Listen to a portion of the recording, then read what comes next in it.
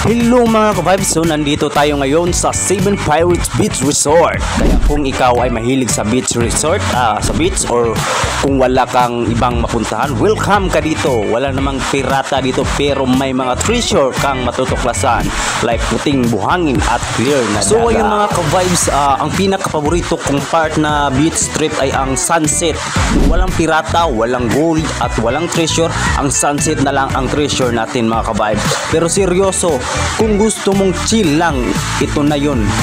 So mga ka-vibes, so kung gusto mo mag-relax, mag-chill lang sa sunset, pumunta na sa Seven Pirates Beach Resort.